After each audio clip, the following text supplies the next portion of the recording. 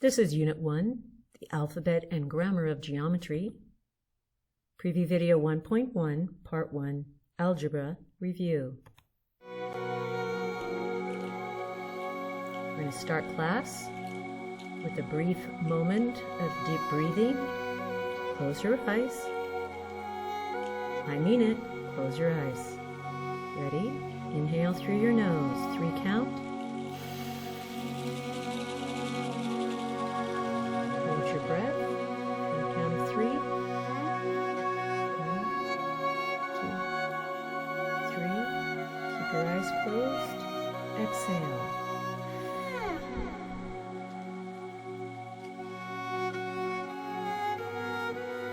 Keep your eyes closed for another 10 seconds.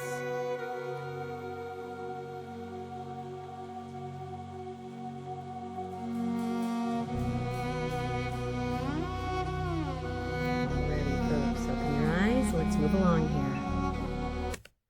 Taking a look here, we are in this page right here, Unit 1, the Alphabet and Grammar of Geometry, Preview Video 1.1.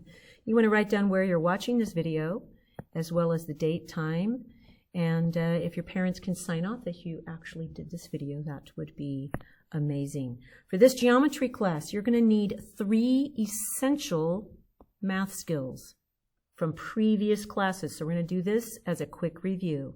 The 3 skills are computational math with fractions, solving for variables, add, subtract, multiply, divide, radicals, commonly known as square roots. We're going to take only one of these for tonight's homework right now, which is dealing with fractions, everyone's favorite. Now, when working with fractions, you need to recognize there is a difference between fractions working on one side of the equal sign versus fractions on opposite sides of an equal sign. Let's look at the left. We're dealing with multiplication because it is the simplest. So when you multiply fractions on one side of the equal sign, it is okay to what's called cross cancel. For example,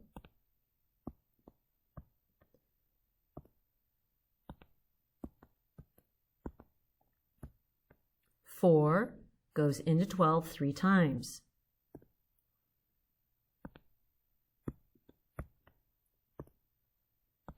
3 goes into 6 twice, and 3 goes into 9 3 times.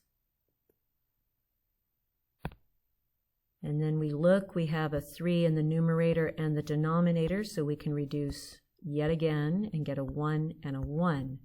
When you can't reduce anymore, you just multiply straight across. 1 times 1 is 1, 2 times 1 is 2, and you are done. That's when you're multiplying fractions on the same side of the equal sign. Now, watch carefully.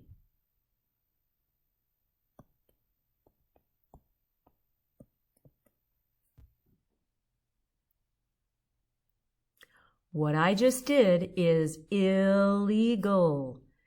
I gave you an example of what you do not do. When you have an equal sign between the fractions, you cannot cross cancel. Instead, you cross multiply. So I have 4 times x and 12 times 9. Get your hands off the calculator. Don't reach for it. No, you may not use a calculator for 12 times 9. In fact, you're not even going to multiply that. The key to multiplying is not multiplying. It's factoring. The key to multiplying is not multiplying. It's factoring. So here, I'm not even going to multiply the 12 and the 9. Watch. We're just going to factor out this 4 here. Now I can take the 4 into the 12 3 times. There's nothing left to factor, so now I just can do 3 times 9. And no, you are not using a calculator for single-digit multiplication. There you go, folks. X is 27. So on the same side of the equal sign, you can cancel to your heart's content when you're multiplying. Opposite sides of the equal sign, you cannot cancel. Instead, you multiply. Let's take a look at dividing. Dividing by a fraction, what you want to do is just instantly translate it to a multiplying problem. By the reciprocal. Remember, dividing by one fraction is the same as multiplying by its reciprocal. I'm bringing down that equal sign for a reason. That tells me we are on the same side of the equal sign, which means I can cancel to my heart's content. So the 5 and the 10, and the 9 and the 12.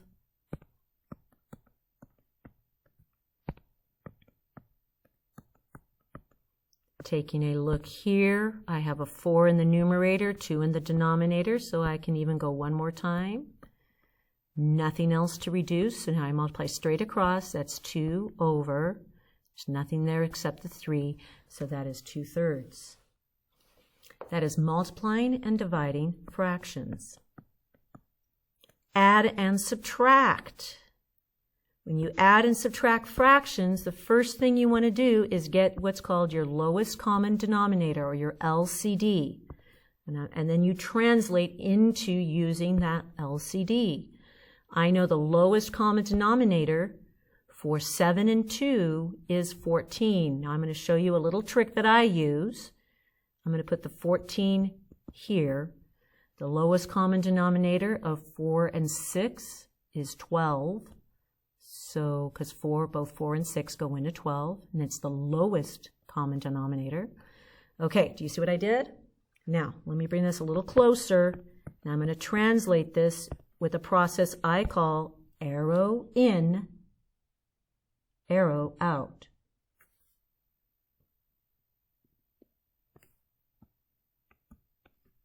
Seven goes into 14 twice. 2 times 5 is 10, and then I put that over the 14. Arrow in, arrow out. 2 goes into 14.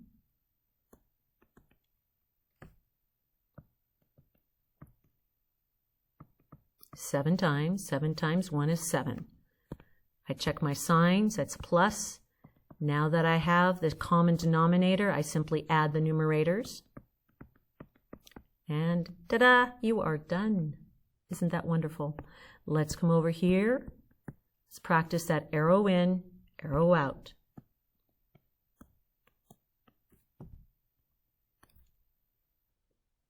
Four goes in there 3 times. 3 times 3, 9. My common denominator is 12 there. Arrow in, arrow out. 6 goes into 12 twice. 2 times 4 is 8.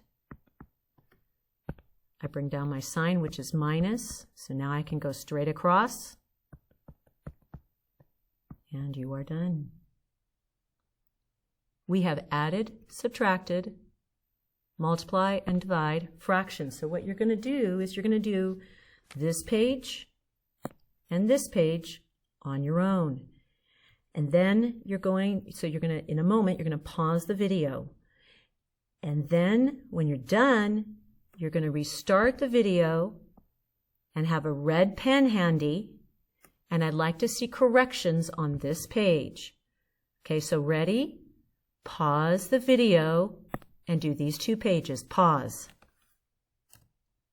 Okay, students, welcome back. You should have a red pen in your hand. Very briefly going to go over these answers. If you get something wrong, totally okay. Just go ahead and let's take a look here. I expect, if you're correct, I expect some sort of happiness sign, such as, yay, I'm amazing, I got it correct, star, smiley. If you want to use a check mark, that's fine. If you're incorrect, that's fine. But I expect if you're incorrect to write yourself a little note or how to do it. I'm going to be looking for that in red pen. Alrighty, this first one, your answer is, let me just kind of get the little finger here. You can reduce the 5 into 25, 7 and 28, that's 4/5 right there. This one right here, we cross multiply.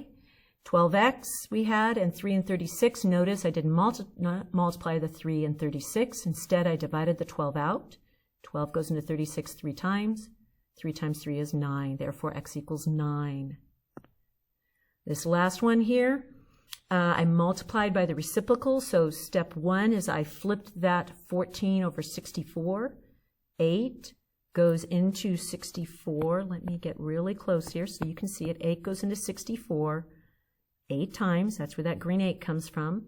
7 goes into 21 3 times. 7 goes into 14 twice. And then I reduced the 2 and the 8, 1 and 4, multiplying straight across, going this way. And we have here, okay, going straight across, 1 over 12. This last one, arrow in, arrow out. My common denominator was 18. 9 into 18 twice. That's a 10 over 18. 2 goes into 18 9 times. 9 over 18, subtract 1/18. Your very last step here, very important you do this, is you're going to take one moment and verbally review the content of this video.